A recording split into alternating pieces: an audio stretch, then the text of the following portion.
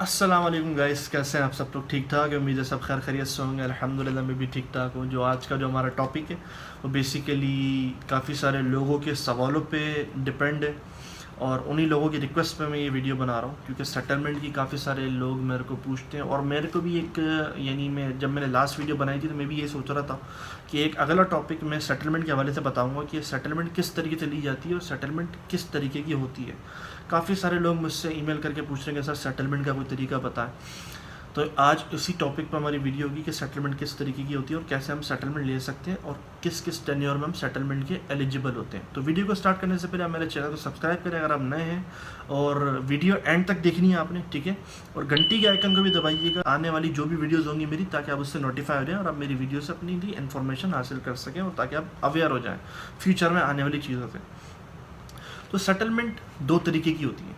एक settlement normal होती है, ठीक है, जो सेटलमेंट ही कहलाती है, और दूसरी जो होती है वो सेटलमेंट तीन नामों से जानी जाती है, जिसका पहला नाम है रीस्केड्यूल, दूसरे का नाम है रीस्ट्रक्चर, और तीसरे का नाम जो है इसमें वो कहलाता है ईपीपी यानी इजी पेमेंट प्लान। अब सेटलमेंट के लिए लोग कौन कौन एलिजिबल होते हैं, मैं जैसा कि आपको पहले बता चुका हूँ कि कलेक्शन दो चीज़ों पर डिपेंड करती है, वो चाहे बैंक से हो या कलेक्शन एजेंसी, तो दो चीज़ों पर डिपेंड होती है। एक होती है बकेट्स और एक होती है रिकवरी, ठीक है। अब बकेट्स क्या होती हैं कि 1 मंथ से लेकर 9 मंथ तक जो बंदा पेमेंट नहीं कर रहा, और जिस महीने तक वो पेमेंट नहीं कर रहा, जैसे अब बंदा 3 महीने से पेमेंट नहीं कर रहा तो वो बकेट 3 में, अगर 9 महीने से पेमेंट नहीं कर रहा तो वो बकेट 9 में। और 9 के बाद आ जाती है राइट ऑफ, जो रिकवरी के नाम से भी जानी जाती है और राइट ऑफ के नाम से भी, तो राइट ऑफ केसेस कहलाते हैं वो, तो वो रिकवरी के नाम से भी जाने जाते हैं। तो इसमें क्या होता है कि इन दोनों में आप सेटलमेंट के एलिजिबल हैं, और नॉर्मल सेटलमेंट की बात कर रहा हूँ मैं, ईजी पेमेंट प्लान में बाद में आऊँगा, पहले ये ख़त्म करता हूँ टॉपिक। तो इन दोनों यानी बकेट्स में अगर आपका केसेस है या तो आपका केसेस रिकवरी में, इन दोनों सूरतों में आपको सेटलमेंट मिल जाएगी डिस्काउंट के साथ। अब ये बैंक पे डिपेंड करता है कि वो आपको प्रिंसिपल अमाउंट पे सेटलमेंट देते हैं या तो फिर वो आपको प्रिंसिपल से भी लो ले जाके सेटलमेंट देते हैं। तो सेटलमेंट के लिए सबसे ईजीएस्ट वे ये है कि आप अपने कलेक्शन एजेंसी से, अगर आपको कॉल आती है या बैंक आपको ईमेल करता है, कलेक्शन एजेंसी ईमेल करते हैं, आप सिंपली रिप्लाई करें कि सर मुझे सेटलमेंट चाहिए, तो अपना रीज़न उसमें लाजमी लिख के भेजें कि सर मेरी जॉब लॉस हो गई, जो भी वगैरह वगैरह मसले मसाइल होते हैं लोगों के साथ। नॉर्मल एक बात कर रहा हूँ, नॉर्मल कंडीशन में डिपेंड करता है बंदा भी। तो इस पे अगर आप बैंक को रिप्लाई करते हैं, उनको सामने से आंसर देते हैं कि सर मेरे को सेटलमेंट चाहिए, तो आपको सेटलमेंट मिल जाएगी। लेकिन हर बैंक की सेटलमेंट देने के टेन्योर बहुत डिफरेंट होते हैं। अब जैसे कि मैं कितने बैंक को जानता हूँ कि बैंक 9 महीने से 10 महीने से ऊपर इंस्टॉलमेंट नहीं देता कोई बैंक डिस्काउंट देने के बाद, और कुछ बैंक हैं जो 15-15 महीने भी दे देते हैं डिस्काउंट के साथ। तो ये डिपेंड करता है कि बैंक आपको कितने टेन्योर पे देता है, तो आप ये रिक्वेस्ट कर सकते हैं इजीली। तो मोस्टली क्या होता है कि अगर आपको ज़्यादा डिस्काउंट चाहिए, कि आपको अमाउंट पसंद नहीं आ रहा है जो ऑफर किया आपको कलेक्शन एजेंसीज ने या बैंक ने, तो वो क्या करते हैं, वो डॉक्यूमेंट की रिक्वायरमेंट मांगते हैं कि सर क्या वजह है जो आप इतना डिस्काउंट मांग रहे हो, कोई मेडिकल इशू है आपके साथ, या आप आउट ऑफ कंट्री हो, या आपकी जॉब लॉस हो गई, सैलरी डिडक्शन हो रही है, या कोई अदर कोई लाइबिलिटीज़ हैं आपकी, तो उसके लिए डॉक्यूमेंट सम टाइम प्रोवाइड करना पड़ते हैं। लेकिन मोस्टली सेटलमेंट, नॉर्मल सेटलमेंट के लिए डॉक्यूमेंट प्रोवाइड नहीं करने होते हैं। तो ये हो गई। इसमें एलिजिबिलिटी सिर्फ 1 से लेके 9 तक जो डिले कर रहे हैं, यानी 1 मंथ से लेके 9 मंथ तक जो डिले कर रहे हैं, और जो राइट ऑफ केसेस हैं, ये इसके एलिजिबल होते हैं नॉर्मल सेटलमेंट के। अब जो दूसरी जो मैंने सेटलमेंट की टाइप बताई, जो कि 3 नाम से जानी जाती है, easy payment plan, reschedule, restructure, इसके लिए कौन एलिजिबल होते हैं? इसके लिए सिर्फ एलिजिबल होते हैं बकेट्स वाले, यानी 1 महीने से लेकर 9 महीने तक जो बंदे पेमेंट नहीं कर रहे, यानी जो कस्टमर्स पेमेंट नहीं कर रहे, ये सिर्फ एलिजिबिलिटी उन लोगों के लिए होती है। क्योंकि राइट ऑफ केसेस में क्या होता है मोस्टली कि एक बंदा 2 साल से पेमेंट नहीं कर रहा, तो उसको 2 साल का 3 साल का प्लान नहीं दिया जाता। तो बेसिकली जो बकेट्स में होते हैं उन लोगों को जो रीस्केड्यूल दिया जा सकता है, वो लोग जो रिक्वेस्ट करते हैं। लेकिन रीस्ट्रक्चर में या रीस्केड्यूल में लाजमन आपको डॉक्यूमेंट प्रोवाइड करने होते हैं, अगर बैंक आपसे मांगता है कि क्या वजह है, लाजमी। नॉर्मल सेटलमेंट में नहीं करने पड़ते, लेकिन इसमें आपको लाजमी करना पड़ता है अगर बैंक आपसे रिक्वेस्ट करता है। वैसे नॉर्मली जो नॉर्मल सेटलमेंट है ना, उसके अंदर बैंक आपसे डॉक्यूमेंट रिक्वेस्ट नहीं करेगा, वो आपसे सिर्फ कंफर्म करेगा, आपसे डिटेल लेगा, जस्टिफिकेशन लेगा कि क्या मसले मसाइल है।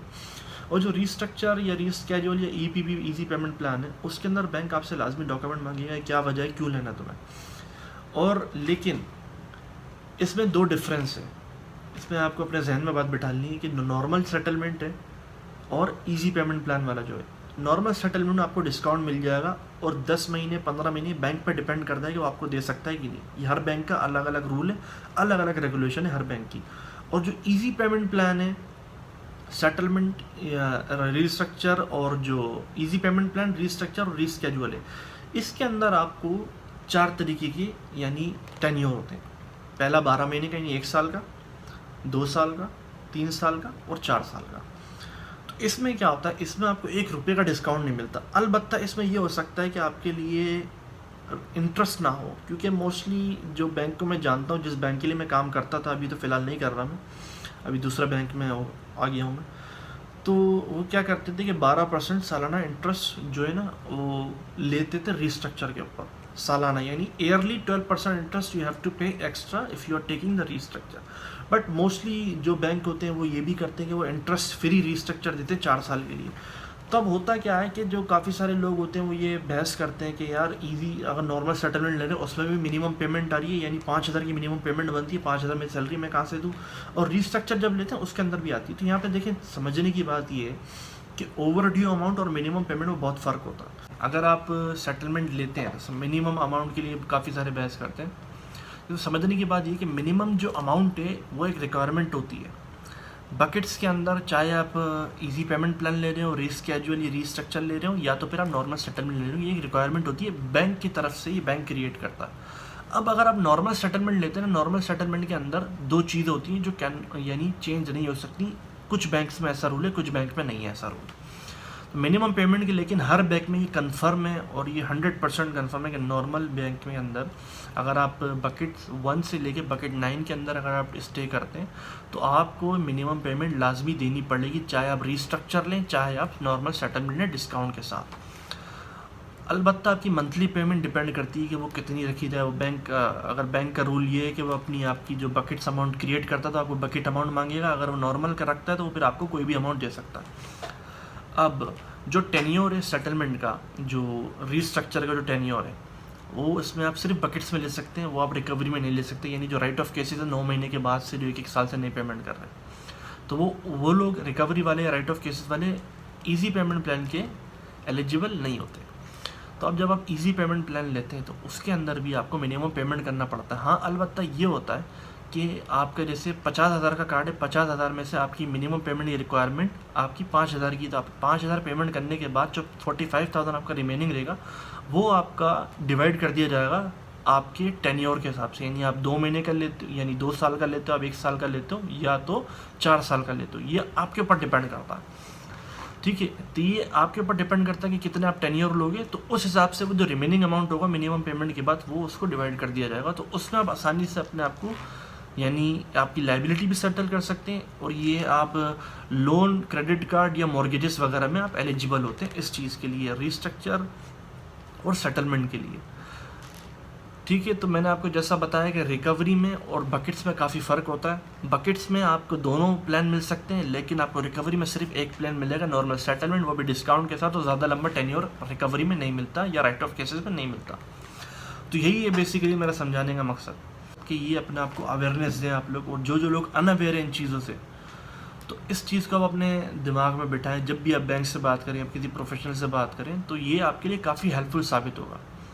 तो इसी तरीके से हम अपनी वीडियो का अख्ताम करते हैं। और अगर आप लोगों को कि एक और वीडियो चाहिए टेलीकम्युनिकेशन के हवाले से, क्योंकि काफ़ी सारे लोग टेलीकम्युनिकेशन के हवाले से भी बहुत परेशान हैं, तो उनकी सेटलमेंट किस तरीके से होती है, तो उसके लिए मुझे कमेंट करें। तो इंशाल्लाह बहुत जल्द इसी वीक के अंदर मैं आपको अपनी एक और नई वीडियो दूंगा इंशाल्लाह, जो कि टेलीकॉम की सेटलमेंट पे बेस होगी। तो अभी मैंने आपको लोन, क्रेडिट कार्ड और मॉर्गेजेस का मैंने आपको बताया, तो इसके हवाले से ये पूरा मैंने आपको प्लान समझा दिया किस तरीके से काम करता है।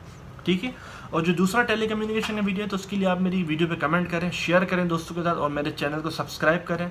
ठीक है, तो इंशाल्लाह आपसे मुलाकात होगी अगली वीडियो में, तब तक के लिए अस्सलाम वालेकुम।